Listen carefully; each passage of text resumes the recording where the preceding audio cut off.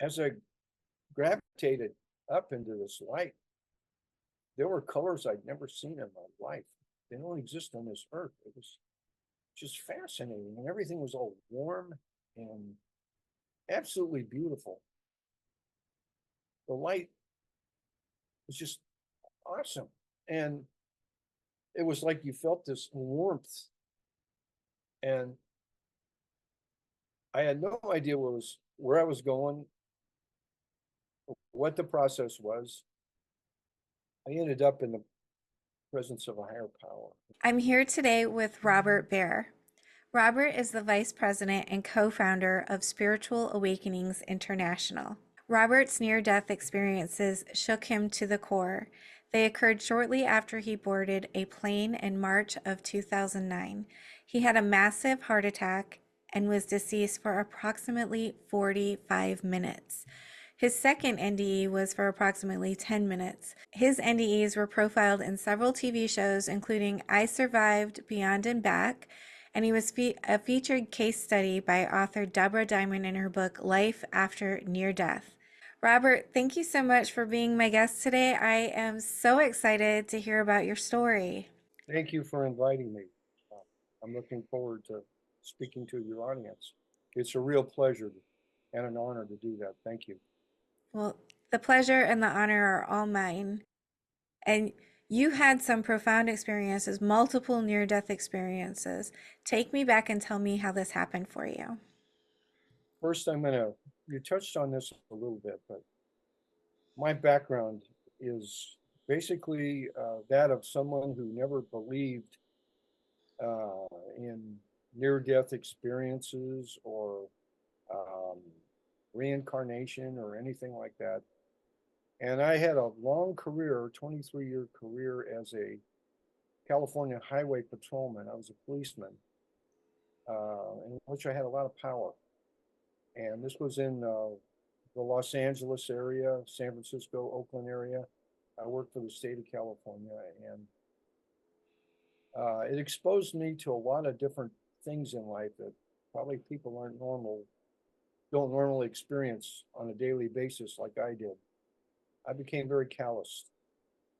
And when I retired, I ended up doing things like I was a university professor where I graded people, um, city manager, community manager, tribal administrator for a Native American nation. Um, and now I'm a grant writer and an international business consultant. But what happened to me just changed my whole life and it rocked me. And to set the stage, um, I got a call from a friend of mine, and this was back in 2008. We had been policemen together.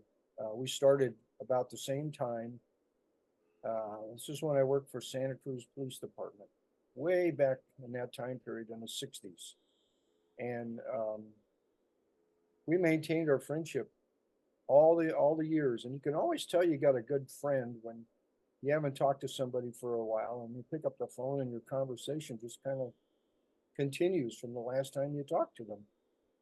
And he called me one night and we were talking, and all of a sudden he said, Robert, I feel compelled to ask you a question. And I said, well, what's that? He said, are you right with the Lord? And I asked him, what prompted you to ask me that? He says, I just felt compelled to do that. I said, well, I think I am. I've tried to lead an honest life, and we just kind of dropped it at that point. And a short time later, I was in bed, and my mother had passed away in 2005. And I woke up in the middle of the night, and there was my mother at the foot of my bed. She was absolutely beautiful. She looked like she did when I was a little boy, um, young, vivacious. And she said something to me, and I thought it was a dream, but it wasn't a dream. She told me to prepare myself, get my affairs in order because I was going to die. And then she just disappeared. And I was so angry at myself because here was my mom. I had an opportunity to tell her how much I loved her and I missed her. And I failed to do that. And I could not sleep anymore that night. I called my father, who was still alive at the time, and told him about this. And of course, he wanted to know if she asked about him. And I said, no. I told him exactly what she had said. And I thought I was in pretty good health. Didn't think anything of it. I thought, well, see what happens. And short time later, my friend died, the one who had called me and asked me if I had my affair, if I was right with the Lord. He passed away, and it, it rocked me. I went down to California for his services. It was like a celebration of life, and I spoke at it, and I was probably the person that had known him the longest that spoke, especially with our backgrounds and everything. And met his family and friends, other friends and stuff, because we'd both done other things after retiring. And he was in one state, and I was in another state. I lived in Oregon. He lived in California. So I had a full physical right after that. Passed it with flying colors. One of those things where you have your blood test and your urine test, and you're on this bike, or treadmill, I should say, and you're doing all these things attached to you. And one night, at the foot of my bed was my friend, and he looked like he did when we were young. And I asked him, "What are you doing here?" It was, I don't know if it was a dream. I don't know. After I had an experience with my mother, I didn't think it was a dream, but he said, "I want you to know I'm going to bring you through the light." And I said, what are you talking about? And he goes, "I have to go now. I want to go visit my grandkids in Sacramento." And he disappeared. Well, I mean, who could go back to sleep after those types of things happen? I mean, I was in a pool of sweat. And the next day I made some calls and found out his kids did live in Sacramento. Um, I thought, well, I just passed my physical test. I just kind of put it in the back of my mind, and I went to Arizona. My son was a high school coach of baseball, football, basketball, and history teacher, and he'd have a spring break every year. This was in Arizona, and I usually would go down and go to several spring training games with my granddaughters and him. It was kind of a thing we did every year. I look forward to it. But in the one in 2009, I went down there, and I didn't feel good the whole time I was there. But the weather was pretty hot. I like to say it was close to 100 degrees. It was pretty hot. And when you come from a coastal climate, I live right on the ocean, so I'm used to like cooler weather. Whenever I go to Arizona, I just feel lethargic, and I never feel quite there. So I kind of thought in terms of that. But I didn't feel good the whole week I was there. And then I kept thinking, man, I can hardly wait to get back to Oregon. And not to slight my son and my grandkids, I just didn't feel that well.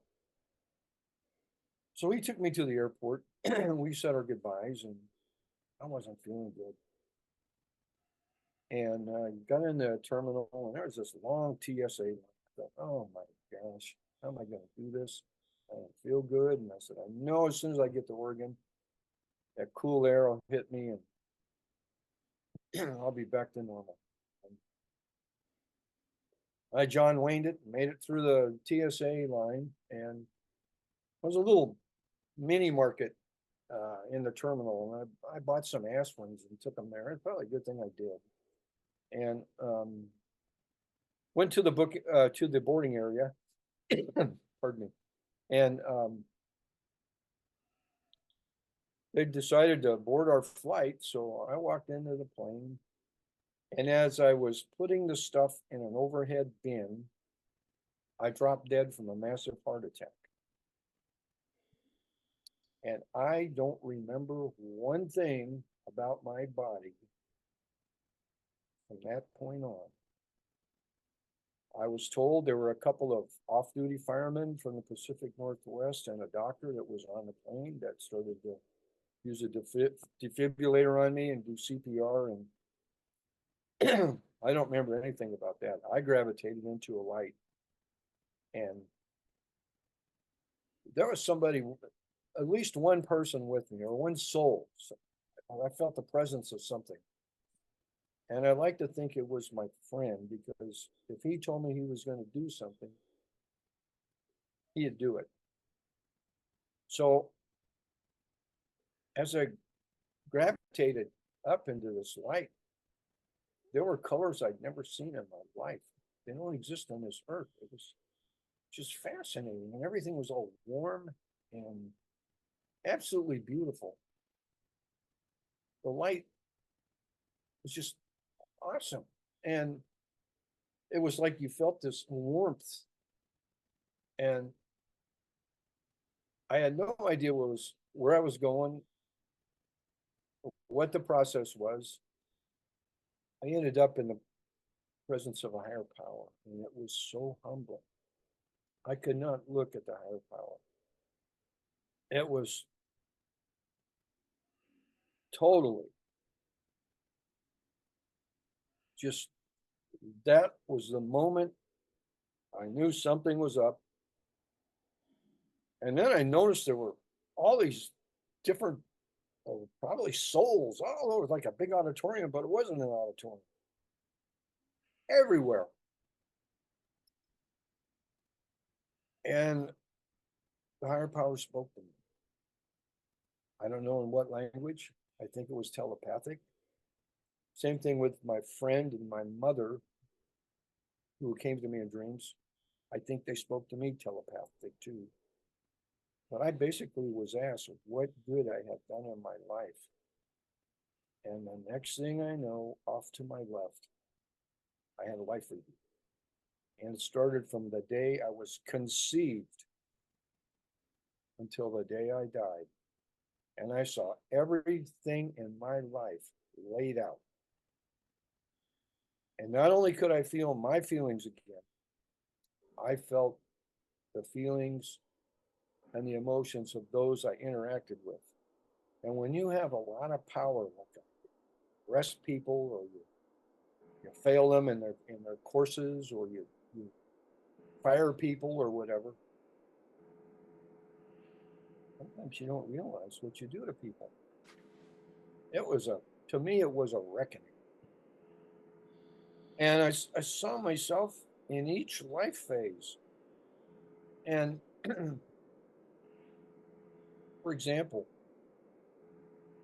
I had two grandmothers that I loved dearly. Both of my grandfathers died before I was born, and my grandmothers were alive. And one of them was kind of handicapped. She had glaucoma real bad and cataracts. Today she probably wouldn't be blind, but in those days, this was in the excuse me, it was in the 50s, and she was losing her sight. So my father built a home behind our home, like a grandmother's quarters, and we moved her in there, and we all took turns. My sisters and brother and I took turns helping her out. Like I'd go do the shopping and watch TV with her. We kind of broke the nights down. she couldn't watch TV, but she could listen to it. So pop popcorn for her and stuff like that. Really, really, she was just really neat. And then another grandmother that was um, someone that had seen Buffalo Bill Cody's Wild West show, and she would tell me that story, and 10 minutes later, I asked her to tell me the story again. And she'd say, Robert, I just told you that story. But then she would tell it to me again. And I stayed with her a lot. I had a stuttering problem, and she took it on herself to work with me on that. And I used to go go to her place, and of course she was a widow, and um, we'd listen to the radio. Didn't have a TV. In fact, that was before television. And just he'd read the Bible to me and give me these lectures about life, and I'd go to bed with her. There's only one bed, and I remember her snoring, and I remember her smell. And when I saw this part of my life review, I could smell her. I could. Everything was there, and she was such a sweet woman. And and when she passed, it really rocked me as a young kid. And so I saw those things, and I saw myself in school. I played sports, and I was really pretty good at it. Um, and I got to high school, and it was unusual, but I made the varsity team as a freshman. They had a JV team, junior varsity, and the varsity team, but I made the varsity team, and I actually started in right field because I had a really good arm, and plus I pitched also, and I mean I could fling it. It was, and I would throw right at people. I was that type of a, and I saw what I did to people. It was just amazing. I mean, I'd hit people on purpose. Um, that was part of my makeup. And one time after practice, we were in the shower, and there was the boys' locker room and a swimming pool, and the girls' locker room on the other side of the swimming pool. And the girls' swimming team was in the pool. I was taking a shower, and one of the seniors had caught me in the shower and threw me out in the courtyard between where the swimming pool was, and and locked me out. So I was pounding on the door trying to get in, but I didn't have any clothes on. And everybody was making fun of me and stuff. And I brought this up for a reason. I'm going to talk about karma at some point in time. But so the swimming coach came over, and she gave me a towel and helped me get back in.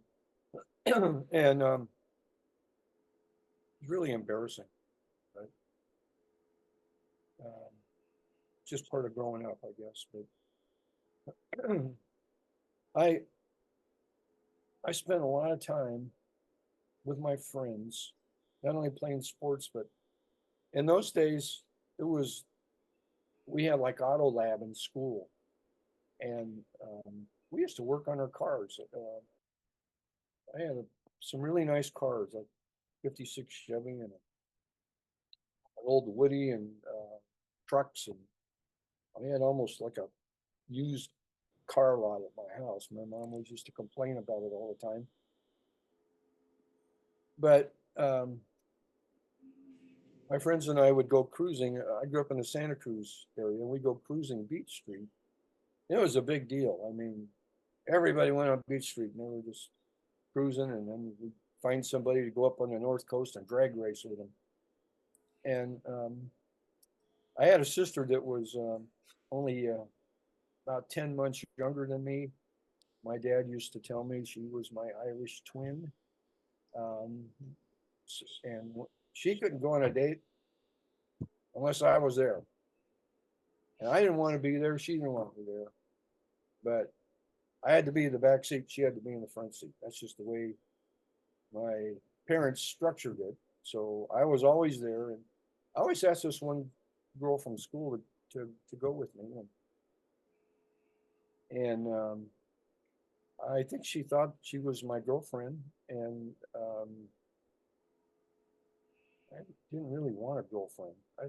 My girlfriend was my car. I put all my money into my car. And so she came over to my house one day. She said, Robert, there's a dance at the Coconut Grove in Santa Cruz, the beach. Can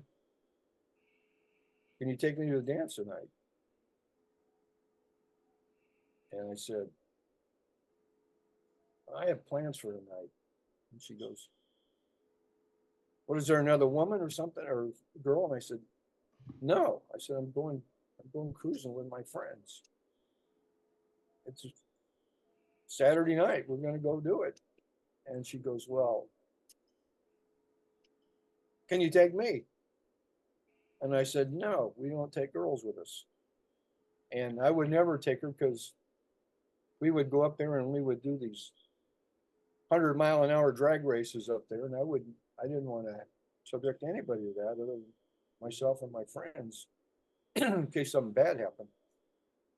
So anyways, she said, fine. She got mad. Then she came back and threw a letter at me. And I picked up the letter. I never opened it. That night, I did go cruising with my friends, but she went out with some other friends, and they got on a huge crash where they hit a tree at a high rate of speed, and this young lady died in the crash. And when I saw that, I heard a voice say, you never opened my letter. I knew who that was. And I thought, oh, I still have the letter. It's in storage someplace. But I realized how upset she was. And she followed up on that in the afterlife. Have you opened the letter by now? No. I had somebody that wanted to do a show on it. Can't do that to this. I know what's in the letter. It's not very nice about me. So I just I didn't throw it away though. Kept it out of respect. Someday I'll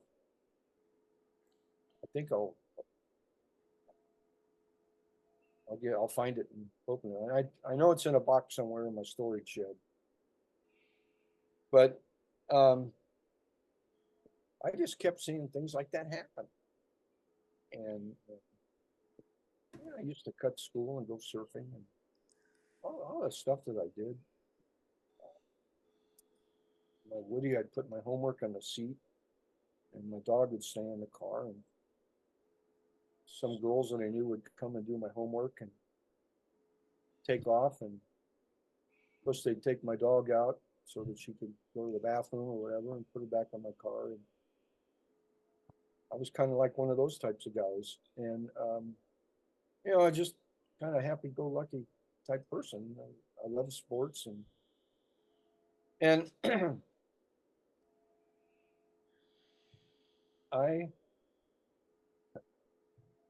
became a policeman when I was 21 years old, the youngest you could be. And it was a fluke that I made it. But I did. And my parents were very upset at me because I was studying engineering at the university. And my friends talked me to go to take the test with them.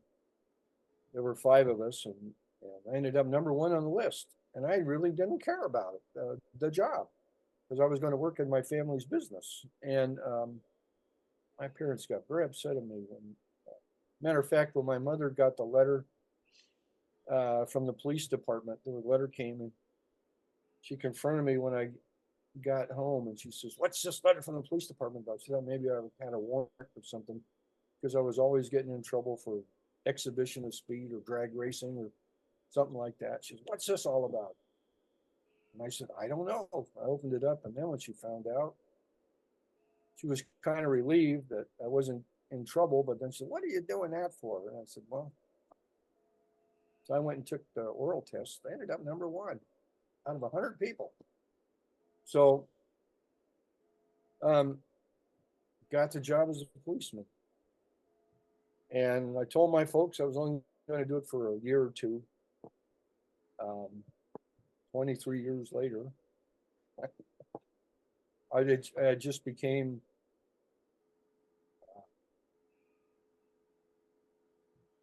part of my life, and I loved it. Every day I woke up happy to go work. I couldn't believe I was getting paid to drive 100 miles an hour or ride a motorcycle or whatever. It was great. And and I went to work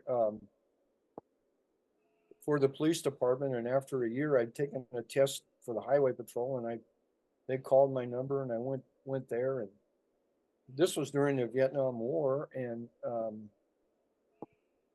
I had my physical in the Oakland Induction Center and was expecting to get drafted. Matter of fact, I did get drafted, but I was in the middle of a semester, so they gave me a deferment till the school year end. In the meantime, I got a job as a policeman, and I ended up going to all these riots, part of the riot squad, like Berkeley and San Francisco State. I was perfect for it. I mean, all I had to do basically was by myself. I had no kids or anything. I mean, they could call me and I was gone. It was no big deal. And I loved it.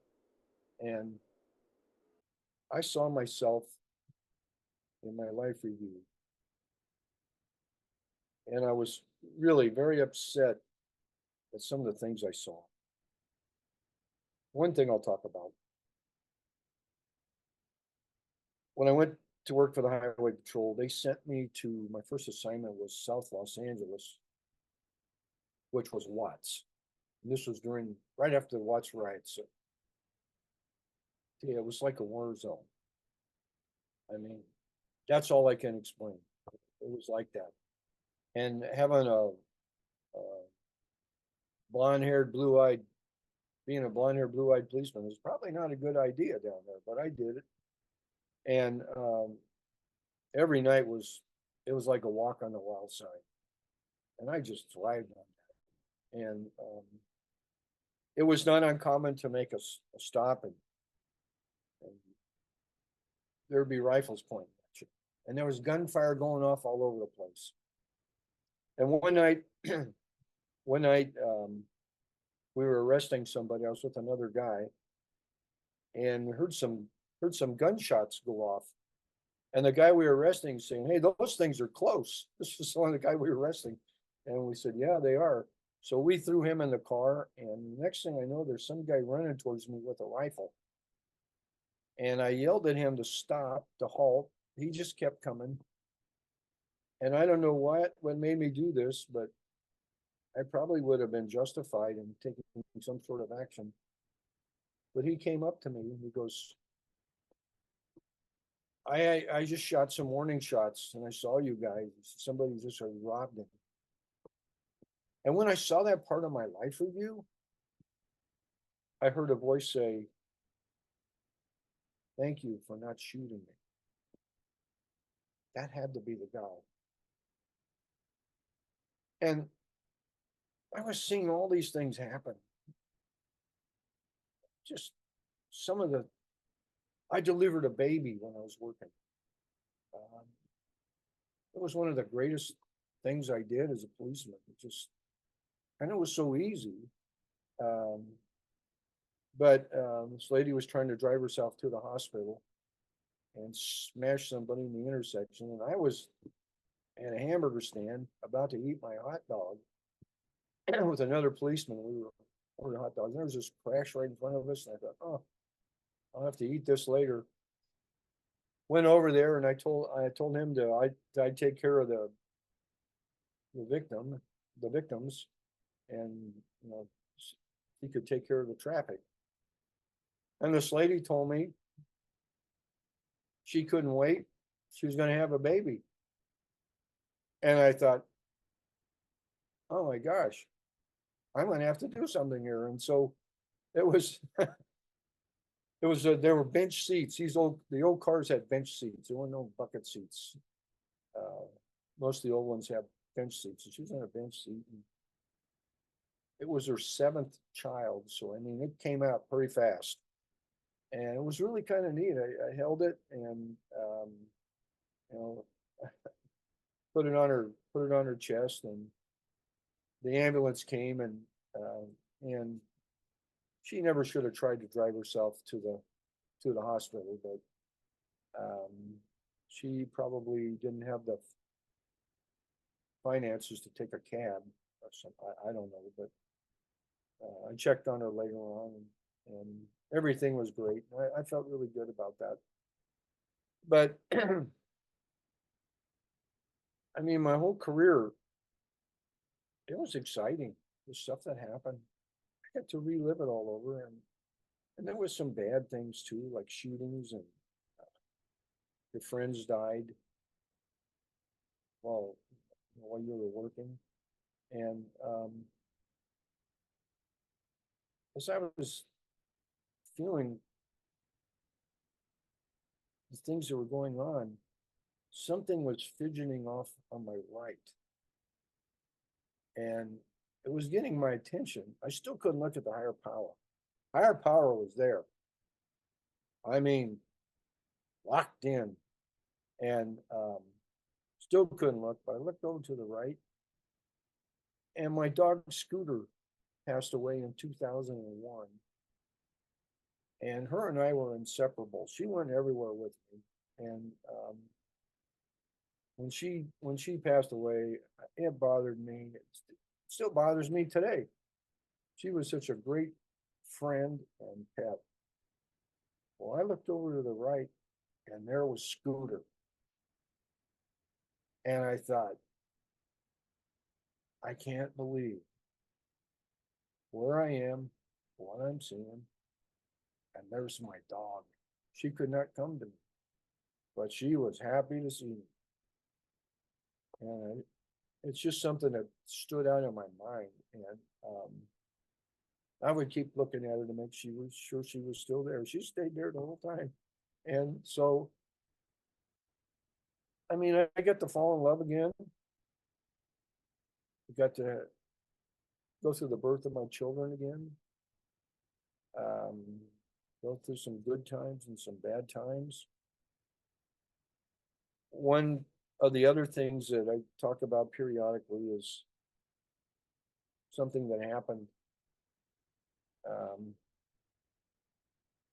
I got called up to a mountainous area because a car had gone over an embankment and hit a tree and was engulfed in flames. And so I was the watch commander, so I decided to drive up there, and I wanted to take pictures of it and everything. So I got up there. Fire department got the fire out, and then the wrecker got the car up, and this guy was laying across the seat, front seat, with his arms like this on his back. And I started to ask everybody, I said, have you ever seen someone die from burning that wasn't in the fetal position? And we all kind of scratched our heads, and I said, I don't know if this was an accident. I think it might be a murder or something. So I called another agency there, and their watch commander came up. I knew him, but they obviously didn't want to do an investigation. So I said, well, we'll take it, handle it as an accident. And the coroner, I'm waiting for the coroner, and the coroner, I knew him from the coroner's office pretty well, and he said, you mind making the notification for the next of kin? And I said, no problem, I'll do that. So where the guy was living was not too far from there. So I drove to the house, and it's like a dirt road. It was kind of like a box area, dirt road. As I drove my patrol car up there, I saw the lights come on in the house. I thought, someone's up. So as I was getting out of the car, I heard this woman screaming in the house. And I knocked on the door, and she opened the door. And she said, "You're here to tell me about my son." And I told her, "I can't lie to you. I don't want to tell anybody anything like this." But I said, "Yeah, that's why I'm here." And she said, "He died, didn't he?" I said, "Not gonna lie to you, yeah." I said, "Do you have anybody here that I could talk to, or with you, somebody that could be here for you?" And she goes, "No." And I said, "Well, how about family or a neighbor or something, or a friend?" And she goes, "No." And I said, "Well, I don't think you can drive the way you are right now. So anyway, I'll take you to where he is. We're gonna take him to the hospital. Uh, I don't know why, but that's what they were gonna do." And of course, the coroner's office is right by the morgue or whatever. So I took her there, and she cried the whole time, and made arrangements for somebody to meet her there. And while I was watching this, I heard a voice say, "Thank you for what you did for my mother." That had to be that young man. And I could bring up talk about a lot of these things. And your listeners, your audience, we live in a time where TikTok and all these YouTube, and you got videos, and you got digital pictures that you can send on the internet and stuff like that. Well, they didn't have those in those days. And not only did they not have those, I think of myself almost like um, Christopher Columbus or Mark Twain, or Marco Polo, where you go off on an adventure and you come back and you tell, like Marco Polo would tell the Queen. And like when he went to the Asia, he came back and brought pasta. Next thing you know, they have this big pasta fad in Italy and stuff, like spaghetti and stuff. That's actually from Asia. And same thing with Christopher Columbus. Mark Twain would go somewhere and come back, and he'd rent a hall in San Francisco, and maybe a few people would be there, and he'd have a talk a few times. Pretty soon everybody's there. The place would be packed. I'm no different. And same thing with the other people that are talking on your show or your subsequent shows are no different. We're just telling you what we saw and what we remember. No phones, no digital pictures, no video. It's just my honest recap of what I remember And people can believe it or they can't believe it. I really don't care. But I do care that I'm saying it. Because if it touches someone's life or changes it, and I've had many people tell me it's changed their lives. Well, then that's maybe one of the reasons I came back to life. But I want to get back to karma. One of my last nights on the highway patrol, actually, it was my last one where I was actually working. I decided a little after 2 o'clock in the morning to go out and just take a drive. I mean, going to be one of my last times being able to do that.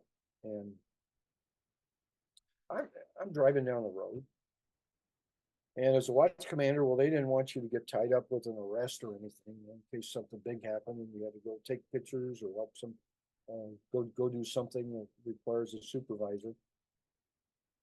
But I saw this car going serpentine down the down the coast highway. I thought, well, there's a DUI right there, which is a drunk driver.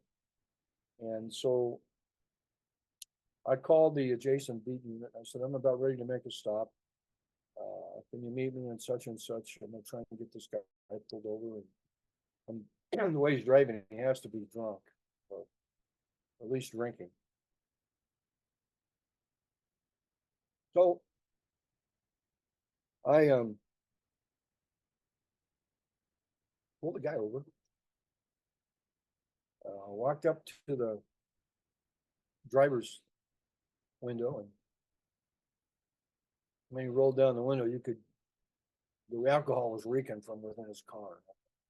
This guy's really bad. So I asked him for his driver's license. He gave it to me, and I said, let's step out of the car. And there wasn't anybody else really on the highway. It was there wasn't any traffic that night. So I thought I'd get him in the front and wait for him, wait for the beat unit to get there. The guy starts talking to me, and I thought, this guy looks familiar. And I looked at his driver's license, and this was the guy that took me from the shower and threw me out in the swimming pool area when I was a freshman in high school. There he was. And I thought, thank you, Jesus. And I talk about karma, the last arrest that I were to make. And so the unit comes up there and he says, we'll take this over for you. And I said, I'm going to do this one myself. And so I never told him who I was.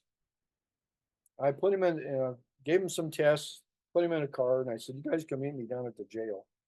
I'm going to take him down to the jail.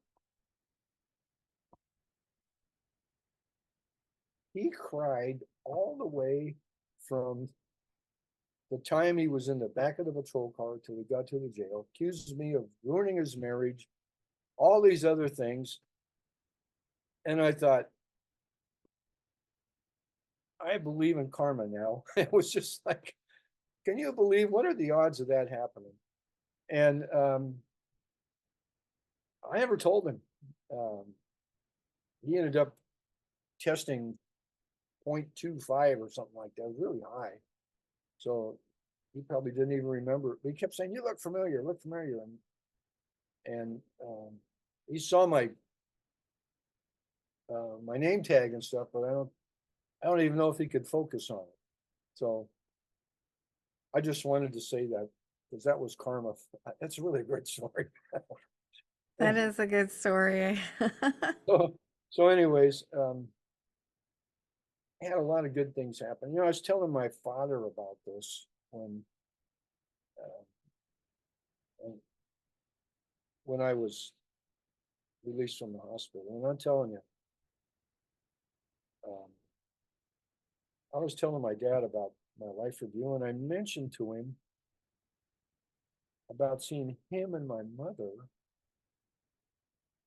uh, in a picture right in front of an old Chevrolet. And he goes, "What'd your mom have on?" And I said, "She had like a plaid skirt and looked like a white top." I said, "I remember seeing that. The hair was all beautiful." And I said, "You had like a," said they weren't Dockers, but they were probably something like that. And a cotton shirt on. And he goes, "Wait a minute."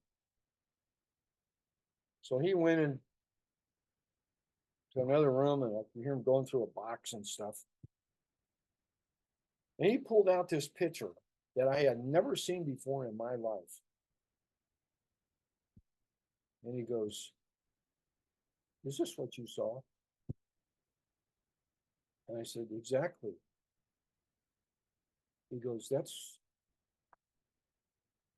was one of the best days of your mother's life." And I said, "What do you mean?" And he said, "That was taken right outside of the doctor's office when we found out she was pregnant with you. And then we went right down and got married after that." And I said, so you mean I'm a love child?" And he goes, "Your mother would kill me if I ever, if she knew I'd ever said that, that this happened." I says, "Well, you guys said you were always married a year earlier than you were." He goes, "Yeah." Says, she got pregnant and we got married, and she Catholic. So I said, "That's fine." But I had never known that. But it proved to me that life begins at conception. I saw it. People can say what they want to say, but I am now one of the most pro-life people you ever want to meet, because I saw this and remember it very distinctively. And you know, I saw my life review, and all of a sudden, I ended up back in my body, and I was in a emergency room of a hospital. People were working on me, standing all around, and I had died again. I flatlined. I was actually on top of my body, watching everybody work on me, and I actually saw the flat line on the screen. And they were, excuse me, they were saying, "Oh, he's gone again, gone." And I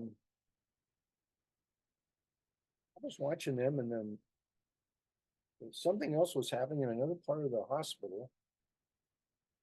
So I was able to look over there, and they were going through my stuff that came in the ambulance. And they were trying to, a couple people at admissions trying to find my, who the hell I was. And a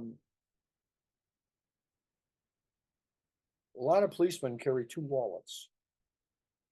Carry the one that has your normal stuff in, like your social security card and stuff like that. Then the other one that has your police badge and police ID and stuff like that. Two wallets. Not everybody does, but a lot of guys do. Men and women do, but I'm kind of old school. I had the two wallets. And they were talking about insurance cards. And I was trying to tell them where I kept my insurance cards. And then I realized that they aren't listening. They can't hear me. I realized I was dead. And one of them opened up my police ID and said, "Holy cow, this guy's a policeman." And right after that, they revived me again. And I've been dead twice. Once for about 45 minutes, once for about 10 minutes. And I had two different experiences, near-death experiences. One with a life review, gravitating in a light, the other hovering over my bed. in the emergency room. And I'm saying this for a reason, because if you hear somebody talk about um, a near-death experience and they're talking about different types, I had two on the same day. There's more than one type. When I was hooked up to all these machines in Arizona, it was a mess. In intensive care, and the doctor would come in. He really a neat guy. He was from Pakistan, and he would talk to me. And one day he asked me, he said, "Do you remember anything that happened to you when you died?" And I said, "I do." So he said, "Why don't you tell me about it?" I said, "Well, I can tell you when that probably just stands out in my mind." And I told him about the emissions room where they're going through my stuff. He goes, "You saw that?" And I said, "Yes, I did." He went and got the people that were working that day, brought them to my bed, and said, "You tell them what you told me." I told them. And they go, "That's exactly what happened, word for word." Everybody's looking at everybody. And he goes, "Well, thanks." I was hooked up to machines, and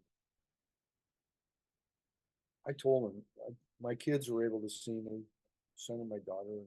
And I said, "I want to go home to Oregon." He says, "You need one more surgery." I said, "I don't care. I just want to go home." And we had several discussions about that. And finally he said, "I have a colleague in Oregon that could do a surgery on you. I know him." He said, "I'll release you, because I hope you don't die in a flight." But he said, "As soon as you get there, you're to go into the hospital and have that surgery done." I said, "Fair enough." So I made it to Oregon. I checked in the hospital and I had the surgery. And I was laying in laying in the recovery room, and it was raining sideways. The wind was blowing. I mean, it was an ugly storm outside. And I remember I could hear the rain on the window, and feel the breeze coming through the window too. It was just like, I looked over to my left and there's this nun. And I asked her, I said, "Am I dead?" And she goes, "You're not dead. You're in recovery." And I says, "Well, what are you doing here?" And she goes, "I'm praying for you." And I said, "Well, thank you." And so we talked a little bit, and she goes, "Do you remember anything from when you died?" And I said, "I do." And she says, "I've been a nun, or I've been a sister my whole adult life. And I'd really like to find out what you remember. It would mean a lot to me." And I said, "Well, does it have to be now? Can you come back later?" And she goes, "Yeah, I'll come back later." So she came back. I told her everything. I've told two people everything. And when I started a book, my book starts with me in recovery with this nun, telling her all the things that happened. And it's a tribute to her and to her faith, to all those that have faith, because the higher power is real. I know that. And that's just how I feel. And I've been so blessed. I've had 5,600. Today I get the exact number, 600, 5,600 extra days of life. I mean, Michael Jackson died around the same time I did, the rock star. and they tried to take him to someone that was renowned for raising the dead and the UC Medical Center in Los Angeles, and they couldn't revive him. What would Michael Jackson give to be able to have 5,600 extra days of life? Life is what you make of it. I mean, I only want to do good in my life, and one of the things that happened is I didn't really want to talk about all these things. I don't talk about them to my police friends. They'll see me on a TV show or something and call me, and I said, "How come you didn't tell us this?" Because you would think I was crazy. And I said, "I don't. Our friendship isn't worth those thoughts." And then it kind of breaks down the barrier where I can talk to them. And I didn't realize the impact it has in lives. The TV show, it's an old one called I Survived Beyond and Back. They got a hold of me, and I was never going to talk. I was watching YouTube one night, and the sidebar on YouTube, they have like little clips of some of the things you can click on to see a YouTube feature. And one that caught my eye was it said George Harrison's last interview.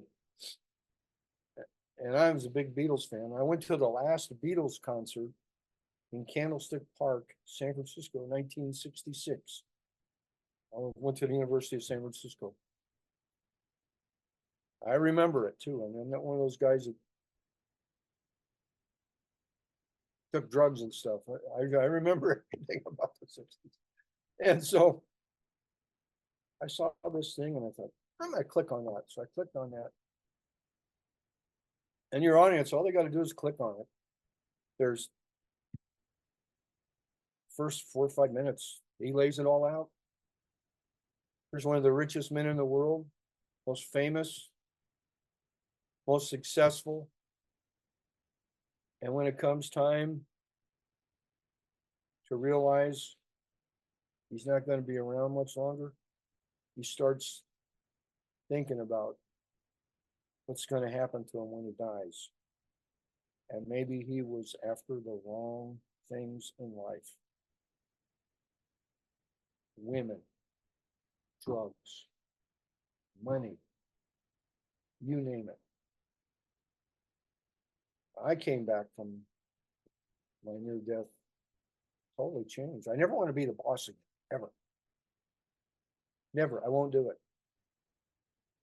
I write grants. I've written grants for homeless shelters, veterans, humane societies. Especially, my dog was there in the afterlife. They have souls. And it totally changed my life. I don't care what type of car I drive. I used to always want to have a BMW or this, that. At the end of the line, it doesn't mean squat.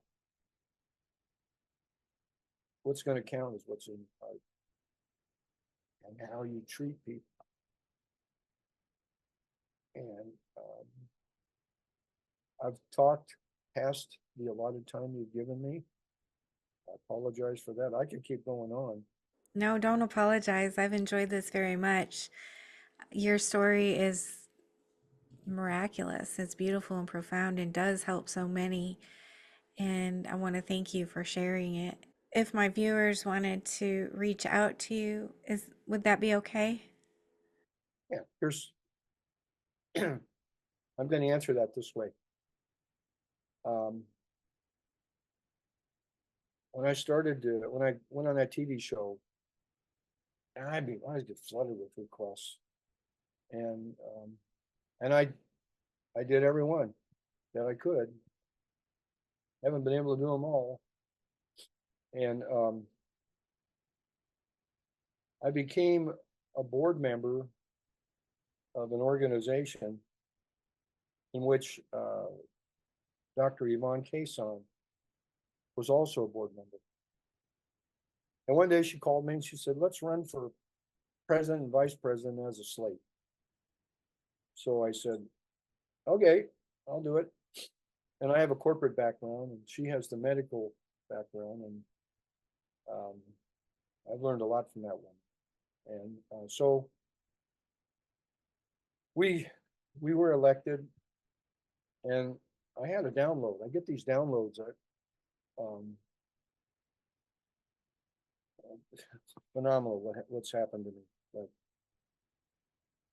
she was on the phone one day, and I said, Yvonne, I don't think we're supposed to be doing this. I think we're supposed to start our own organization. She goes, what do you mean? And I said, I got a strong download that said that. You and I were put together for a reason. And spiritually, we are. Short time later, she called me and she says, I just had a download. So we both left the other organization on the same day and started Spiritual Awakenings International. And it's like a it's like a bullet train on a fast track. In 4 years, we're in 97 countries. Worldwide, we just had a conference where we had 1,240 something, I think it was, signed up. And it just keeps growing. Our sharing circles, which are my favorite, we have people from all over the world that attend those. And it's just, we've done something very nice for the world. And it's to bring experiencers together. Because there wasn't that long ago that they would burn us at the stake. And some of us have had profound experiences and have to keep them hidden. It's a venue where you can talk and communicate with other experiencers. And if you contact me on the Spiritual Awakenings International website, the message gets to me. That's the best way to do it. I got off Facebook. I got deluged. I mean, it blew up. I had like 200 friends. Next thing I know, I have over 5,000. And people would get mad if I didn't answer them within 5 minutes, it seems like. And I thought, I ain't putting up with this. So I do it through Spiritual Awakenings International. And that's the easiest way to get a hold of me. Or they can contact you. I don't mind hearing from you, somebody. I don't mind that. We're friends. And I think you have a great career ahead of you with this. I do. Thank you. I get that vibe. Well, thank you very much. That means a lot. I definitely hope so as well. It's my calling. And you're doing so much good for the world with Yvonne, Dr. Yvonne Kaysan, with the Spiritual Awakenings International. It's just such a resource, a valuable resource for not only people that have had near-death experiences, but people who are interested in it. But in addition to that, people that have had just spiritually transformative experiences. Yeah. You know, it doesn't have to be a near-death experience. There's so many profound, just spiritual experiences that Their death, Kundalini. I mean, I could just keep going on and on. exactly. And I like to say it's free. We don't charge. We work strictly on donations, and occasionally we get a grant or something. But it's cutting edge. And when you're in 97 countries and growing, that tells you something right now. For sure. We've gone off in the Espanol. We run in both English and Espanol, and that's growing too. It's just people in South America, Central America, Spain, the islands. They're spiritual, and some of the connections we have are just phenomenal. And, we have all types of a catalog of all types of monthly presentations of would probably pique everybody's interest. Um, and we try and catalog all those and cover all different types. So please tell your audience, or if they're hearing this, take a look at it. Yeah. It's something worth exploring. I'll leave a link down below in the video description for the website. So if anybody wants to go check it out, they can easily just click on that link. And if you had one message that you wanted to leave with the viewers today, one message that you would want them to take away from this conversation, what would it be? Number one, I live my life like it's every day's my last day. This may sound stupid, probably is stupid, but I wake up every morning and the first thing I do, I turn on an old Rascals song called It's a Beautiful Morning. Play it. That puts me in the right perspective. I don't care what people think. Um, every morning is a beautiful morning. And life is what you make of it. It's an adventure, and you should enjoy your ride. I think of myself as being on a Harley Davidson. I mean, it's an adventure, and I drive it like I stole it. It's just, but I try and treat everybody the way I would want to be treated, and that's what I would leave to everybody. It's enjoy your life and treat everybody with respect and dignity, even if they don't deserve it. It pays off at some point or time. Probably live your life with you. I know I went through it, and I hope I don't have to go through it again, but I probably will. But this has just been a blessing. Thank you for inviting me. It's a real honor. And I know we're past our time, but thanks for taking the extra time. Well, thank you. This has been a blessing for me, and I have appreciated your time. And your story is so beautiful. Like I said earlier, thank you so much for sharing it because it does help so many people. Um, Thank you, Robert. Thank you. Thank you for being here. I just want to tell you how much I appreciate you being here and supporting my channel. If you haven't already subscribed, please consider subscribing if you enjoy near-death experiences and other spiritually transformative stories. It helps the algorithm know that this information is useful and push it out to more people. And that's the goal, to get as many people to know that we are eternal spiritual beings and that we never die. Our bodies might die, but our essence will never die. And I want people to live with less fear. Let's all spread the word. Like, comment, subscribe, share, hit that little notification bell so you get all the notifications when my videos post. Thank you for all of your support. I'm sending love to you.